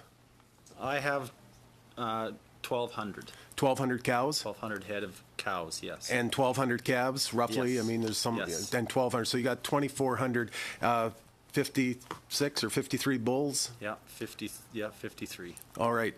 Do you know approximately what it would cost you per day, per cow, to feed it through the winter? Yes, I do. I've got cattle quarantined in Marwayne, Alberta, in a custom feeding operation that would normally be home by now, like they would have been home by the middle of October. And it is costing me, for cow and calf, right now on full feed, about for 400 head, it's costing me $92,000 a month. $92,000 a month. And that's, and that's for 1/3 of the herd. Yeah. So 1/3 of the herd is costing you how much a month?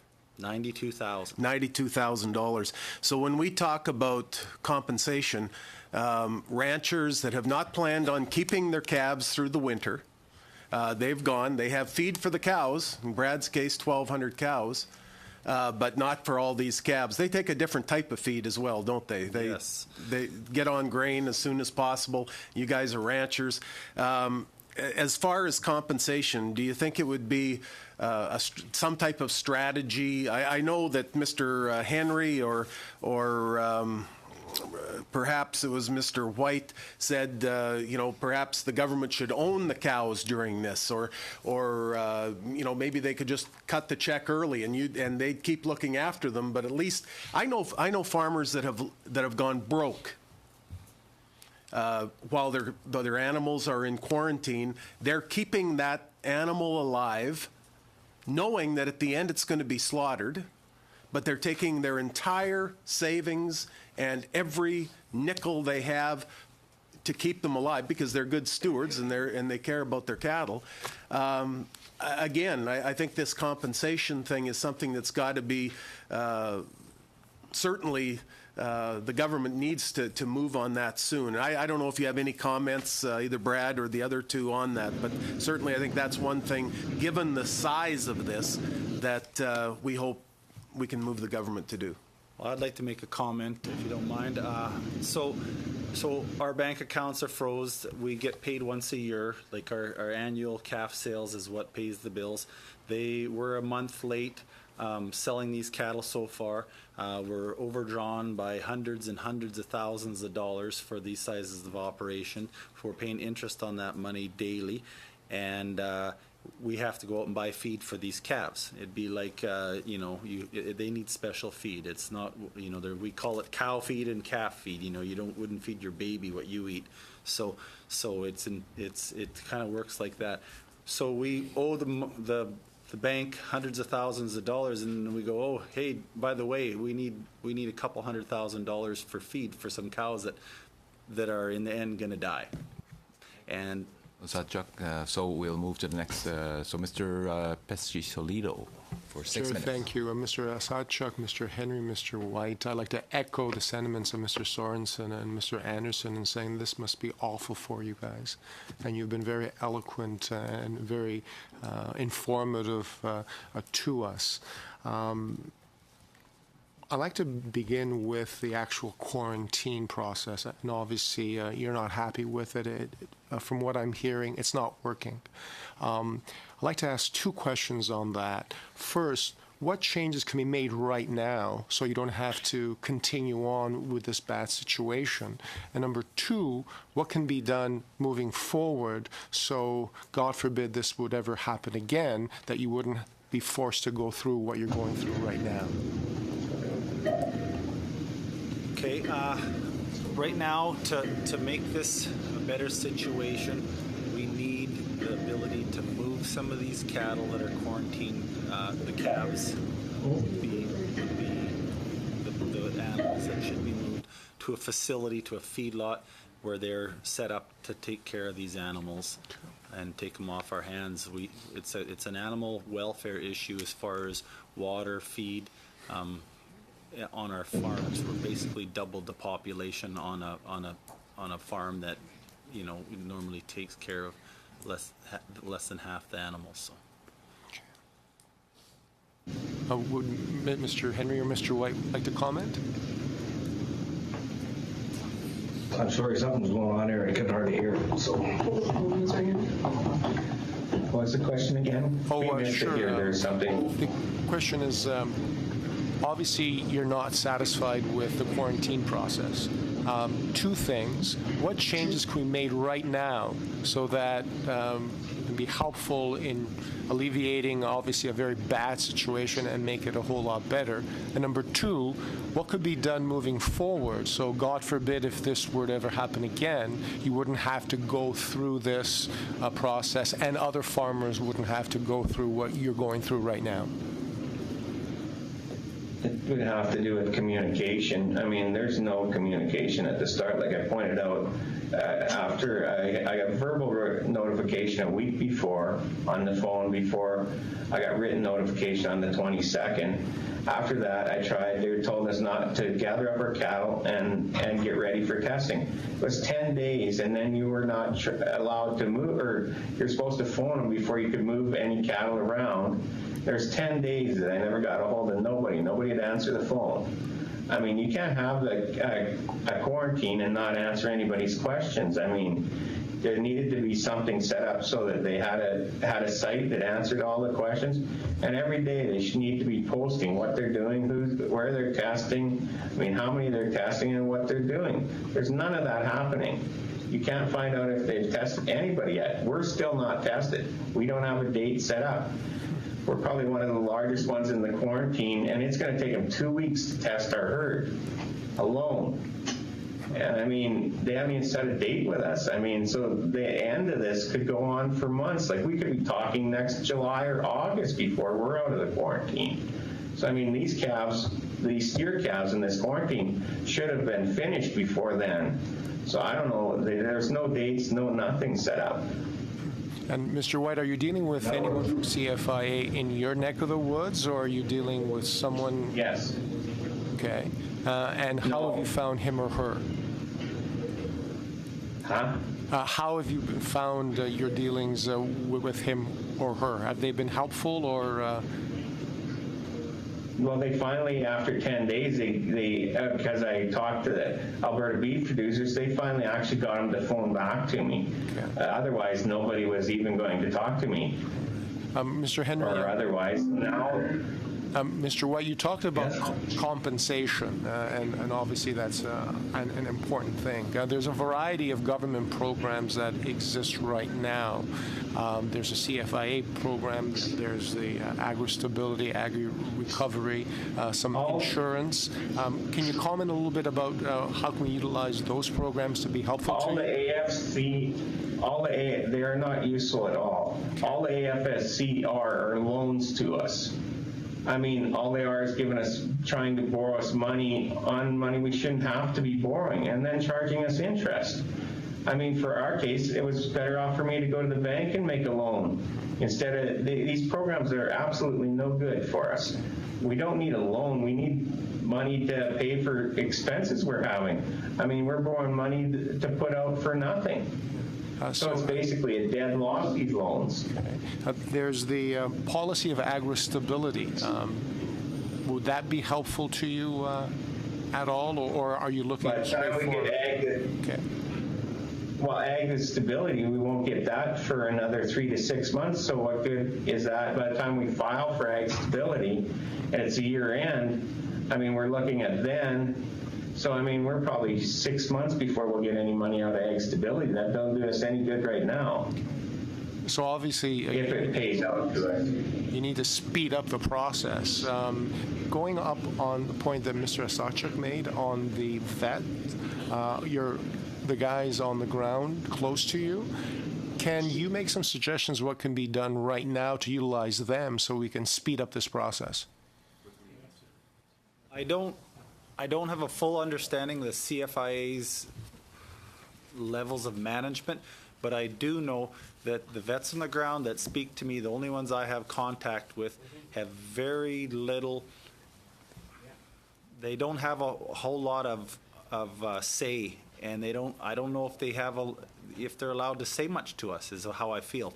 But very limited information. So they would want to, but they're prevented want from to, it? but they have to be careful what they say to us because they are not. They are not Thank you, Mr. allowed to tell us. Osachuk and Mr. Solido. Madame Brosseau pour 6 minutes. Thank you, Chair. I would like to thank the witnesses and also thank my colleagues on the Conservative side and the Liberal side for bringing this forward to committee. I think it's really important. We've read about it, and some of it's happening in your hometown, and it's good to see your faces and hear your stories, even though you're in going through severe hardship. And what I think is important now is that the committee, yes, is listening to you. I think it'll be really important that we get some answers from CFIA because there seems to be a lot of problems. The need to have veterinary people from the local area being used. I think that's really important that we use local expertise. The fact that you're not getting answers is really a big concern. Not being called back from a head vet takes 10 days. And the need for having some kind of government support, not through the programs that we have in Growing Forward. We need immediate government support and aid to make sure that you guys can pay those bills. The number you gave us, you're paying, what is it, $92,000? On a third of my herd. That will probably end up just, yeah. It's astounding. So what I'm really hoping to do is after this meeting, I really encourage the committee that we write a report or maybe a letter to the minister. And I would like to have CFIA and another meeting on this issue because I don't think an hour is enough time to really delve into this. And I think we need to go further and we need to make sure that there's compensation and help because these people are suffering and we can't lose this industry in Alberta and Saskatchewan. It's too important. So I guess would I have to put forward a motion that we would have another study date? Can I do that? You can put a motion for sure, Okay. yes. So I'd like to officially put forward a motion that the Agriculture Committee has a meeting as soon as possible with government officials, CFIA present, to respond to the questions, to respond to this emergency. There's a lot of questions around, maybe even the command center that they have. There's a lot of issues going on there. So I think we need heads of government. And I know the minister will be coming, I think, on the 29th for a supplementary study. But if he would come even maybe to talk about this, I think it'd be really important to have something from the Minister of Agriculture on this. So, is there any Mr. Ranson? I'm not going to drag out the debate because we want to hear from the witnesses, but I would second the motion from the member. Okay. Any comments, Mr. Drouin? Yeah, if the goal is to get the minister to act quickly, I don't think committee is going to get it done by next week or the following week. I think we should just, you're all going to see the minister at question period. Just walk over after and ask him. But if you want to, I'm open to studying the issue after, but that's not going to help these farmers right now. Looking at CFIA in 4 days or next week, what we're hearing is they need help right now. Yeah, the minister can give help right now, but there's but obviously doing it in problems committee, with I'm just not sure if it's the CFIA. proper vehicle. There's obviously problems with CFIA, and I think we need them here. Mr. Longfield? Yeah, I agree that we all want to take action, but I don't think the committee and having CFIA come in, I think we can be requesting CFIA to respond to what we're hearing in public, and we have brought the group in public so that we can get everything on the record, and that should in itself draw some attention to the issue and escalate things. We are in the middle of the ag policy framework, which this is feeding into for sure, but we've got a very limited time on that as well. So in terms of our priorities is to get action on today's topic ASAP, like right now, within the next days, versus drawing out another study. I don't think we need to study this. I think we need to see action on it. Thank you. Mr. Pescasolido. I would agree with Madame Brousseau that we need action on this because this is just awful, but I don't think that the way to do that is to bring the minister to deal with this issue at committee or bring CFIA. We need some action, and I think the best way, as Mr. Longfield and Mr. Drouin said, is that we need to advise and urge them to act. Thank you. Mr. Anderson. But just hopefully a final point. We brought this issue up in the House of Commons. We've gotten no response at all. We do need action, and certainly if we pass this motion and we've got action in a week that's acceptable to the ranchers and farmers, we'd be glad to pull the motion back, I'm sure. We need CFIA here. Even those of us who are MPs can't seem to get answers. I asked for a briefing the other day and was told I have to go through the minister's office. So the folks on the other side maybe don't understand how slowly CFIA works and responds to any of us, including the ministers. We need to have them here and have them explain what's going on the ground and how they can do better. I think at least there's consensus around the table from all parties that there's urgent action needed. So to have urgent action right now, why can't we write a letter from the Agriculture Committee based on what we've heard to the Minister of Agriculture asking for compensation for these farmers?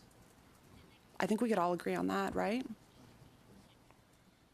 So just to make sure we have a motion on the floor to bring CFIA here and the government official, I think that's yeah. the basic. But then I guess a separate issue I would like to bring up is I think that we need to write the Minister of Agriculture and make sure that he's going to take action on compensation. We'll deal with the motion right now. So is there any other comments on the motion that's on the floor?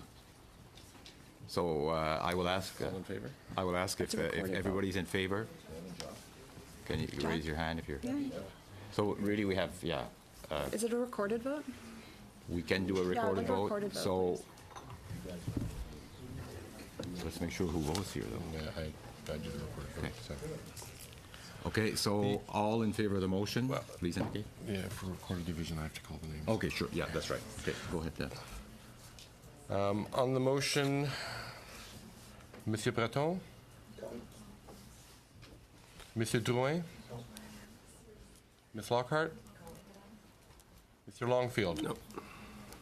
Mr. Pescasolido? Against. Mr. Anderson? Yes. Monsieur Gould? Yes. Mr. Shipley? Yes. Madame Brosseau? Oui. Defeated 5-4. So the motion is defeated 5-4. So any other comments before we continue our Mr. Sorensen? I defer back to Ms. Brassard on the letter. Okay, Madame Brosseau? Sorry, I think it's important, and when we were talking about the motion, I think there was consensus from everybody around the table based on what we've heard today and based on what we know what's going on. We need to have action now. Questions have been asked in the House of Commons. We didn't really get any kind of answers. We don't have anything from CFIA.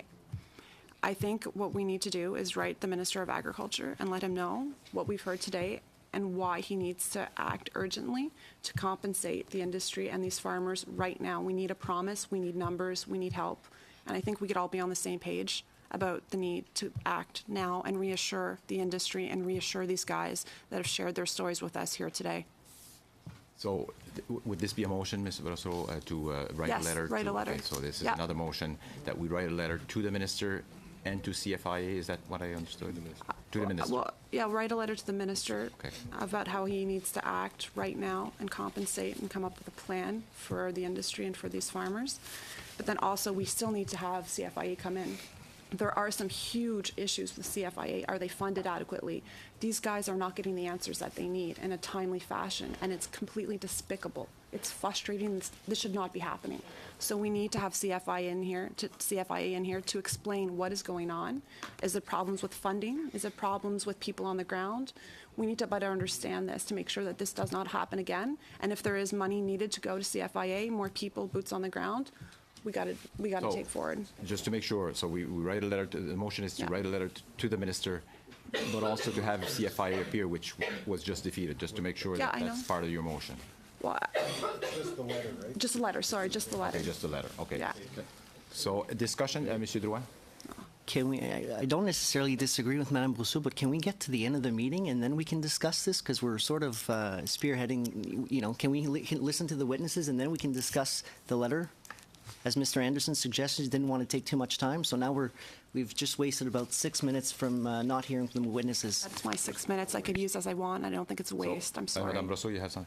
Anybody else? You want to continue with your motion? I think we could vote on that quickly, a letter to the minister asking for action, and then we could decide later on as a committee what is to be included.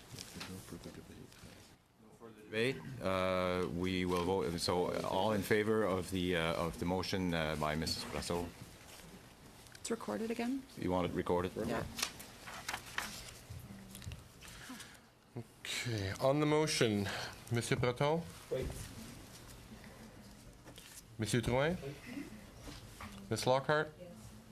Mr. Longfield? Mr. Pescacciolito? Yes. Mr. Anderson? Yes. Monsieur Gould? Wait. Mr. Shipley? Yes. Madame Brosseau? Let's see. Wait. Agreed. Okay, so the motion has been carried. Any further discussion? If not, we will move to our next. Monsieur Longfield for 6 minutes. Yeah, thanks, Mr. Chair, and thanks to the witnesses for your patience as we're trying to respond quickly to the terrible situation that you're all going through, and trying to find our role in this as well. I have some questions around, we had a previous situation with BSE in Alberta, and there were probably some lessons learned from that on how we involve the provincial government, the federal government, response times. Could you maybe comment, do you have any experience with the BSE ranchers, or the ranchers that were affected by that crisis, and how they went through what they went through?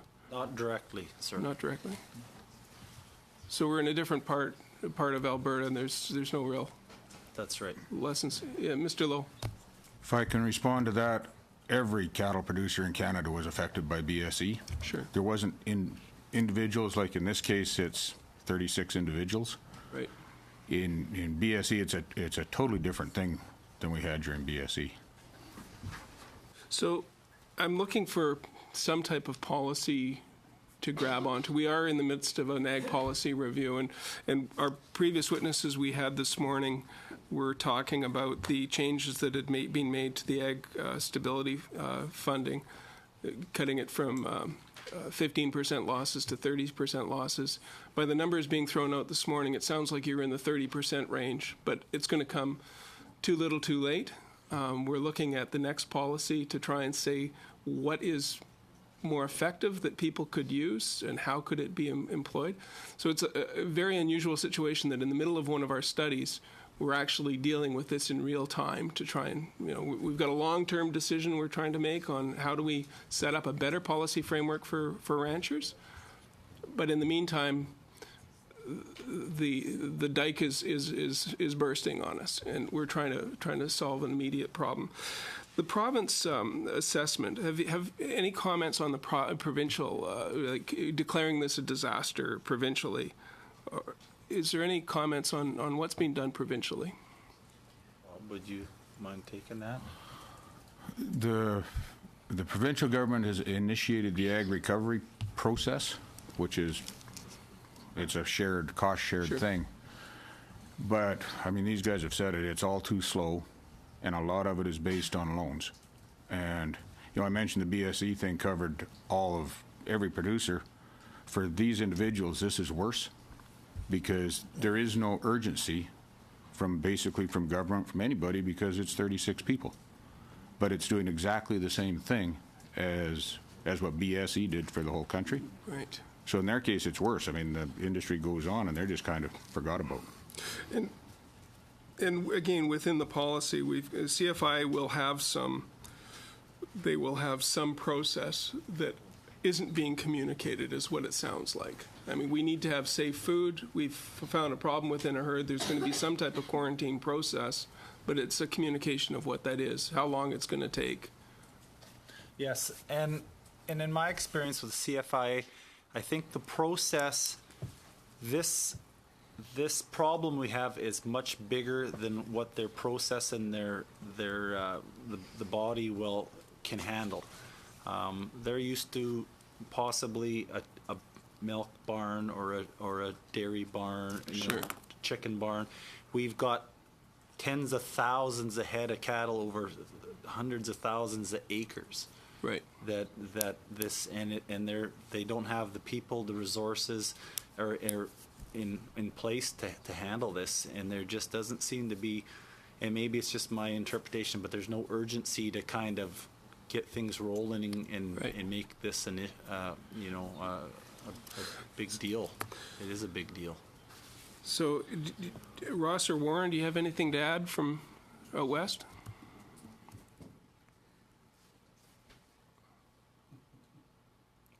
Sorry, we don't have audio. Your microphone's muted on your end. Try again. Sorry, the seconds are ticking by. We'll have to try and get the audio sorted out. The letter that we've agreed that we have to take some action, get a letter to the minister. I think in terms of what our response is as a committee to jump to, the actions that you need are communications with CFIA. You need some timelines. You need some type of idea of how compensation will be determined. There are compensation formulas, and there are advance payments within the existing framework. And we are working with an existing framework, which, again, is something we're reviewing, but we have an existing framework that legally we have to be working on as well. I heard some audio. I have just a couple seconds. We're back. Yeah, sorry, you guys. Okay, I have about 30 seconds. The CFIA hasn't realized the urgency on this, and I mean, we're not getting any compensation unless these animals are killed. There's no compensation for completely taking over our herds and shutting down our businesses. We need compensation for this. It's all a government action. It's CFIA and the federal government that's controlling this. Right, and the compensation framework is to compensate for the cattle that are destroyed, but the other costs are not part of the standard. Yeah. Okay, so within our letter, we're trying to draft a letter on the fly here. So by the end of the meeting, hopefully we'll have enough guts put together and enough agreement around the table to do that. Thank you. Thank you, Mr. Longfield. Maintenant, Monsieur Breton pour un... Mr. Breton, 6 minutes. Thank you, Mr. Chair, and thank you for coming here. We're aware that this is a very difficult situation. Personally, I sympathize with your families, and this is an emergency, and we don't wish this on anyone, for you or anyone else. So very clearly, you indicated that there appears to be a communication problem or a lack of information between the CFIA, and the information's not being conveyed quickly, not enough information is being provided. I also know that last week or in the last few days, there was a telephone call between the CFIA and certain MPs from the regions that have been affected. I don't know if you received any information from your MPs further to this information session. Perhaps you could tell us. Mr. Henry, Mr. White, or Mr. Ocenchuk? Conversation, no. I've spoken with our MPs over the course of this investigation, and but nothing, in the last few days prior to this. So. Okay.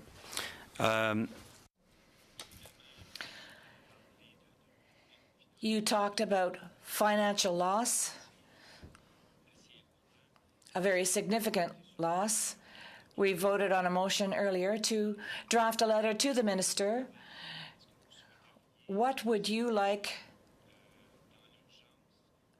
us to say about this urgency in our letter to the minister? Perhaps you could help us really explain the immediate urgent need.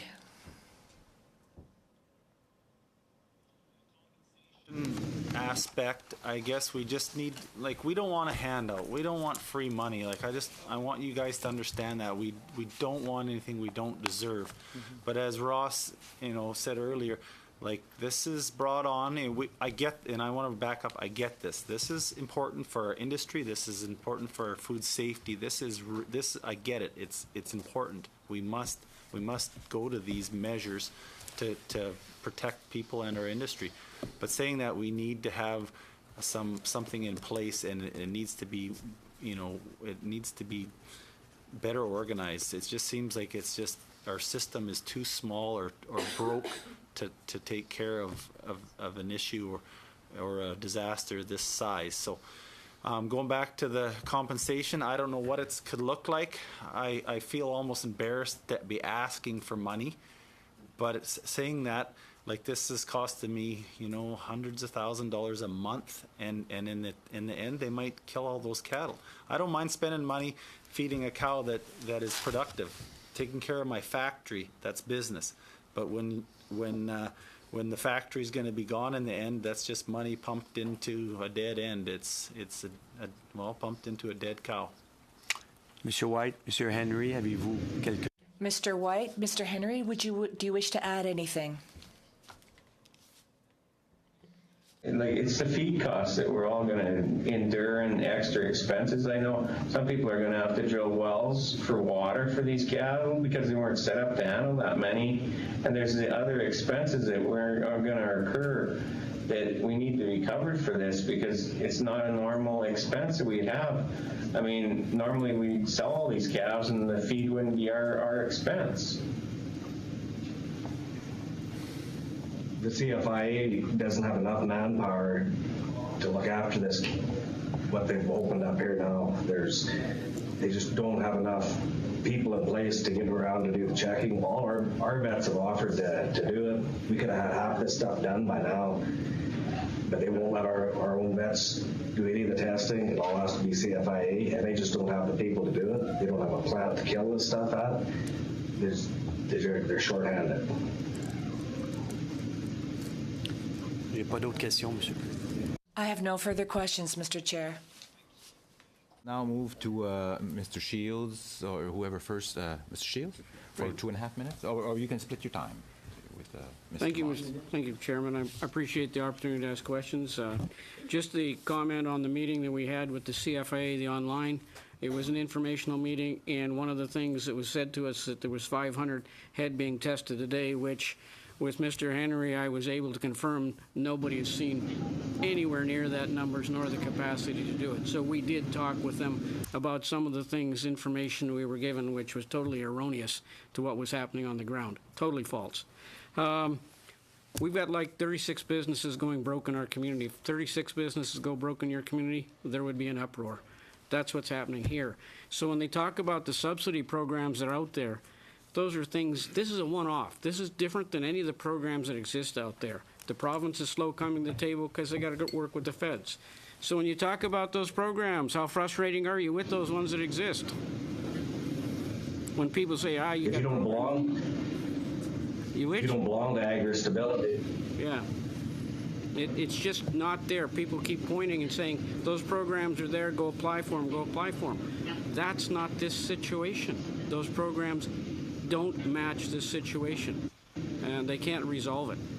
Something different has to be put in place, or 36 businesses are gone. You don't go to Walmart, Mr. Sawchuck, and buy a new head of cattle, do you? New herd? It's not there. That's a generational business with generational herd. Yeah, like our ranch, we're a 100-year ranch, and most of the ranches in our community are, in fact, close to a century old, and it's taken that long to build up these businesses. It's not as simple as just going to the store and buying a new one. It doesn't work that way. Go. Thank you, Mr. Chairman. Brad and Warren and Ross, thank you for taking the time today. We recognize the difficulty this is on your families and on the community that this is impacting. For each of you, I'd like to ask just one question. In an ideal world, what would each of you like to see most or need most right now to make this work for everyone. I'll start with you, Brad. You're here. We need to get this resolved and as fast as we can.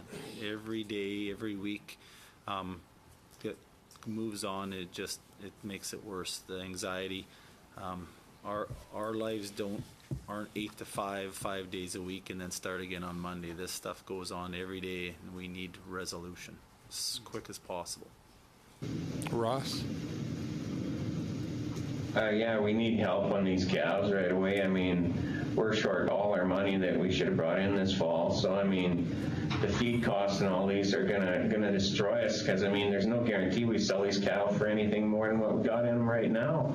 I mean, we could spend, like in my herd, I'm probably running $300,000 to $500,000 a month in feed costs on the whole herd right now. So, I mean, I can't survive very long on this.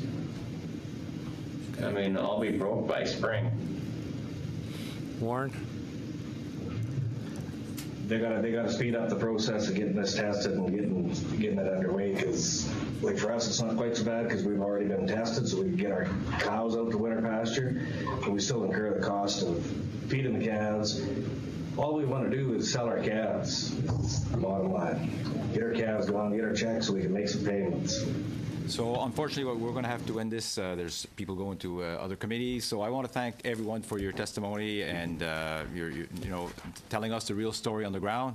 And hopefully we can get some action. So thank you to the committee, and we will adjourn. Thank you, gentlemen.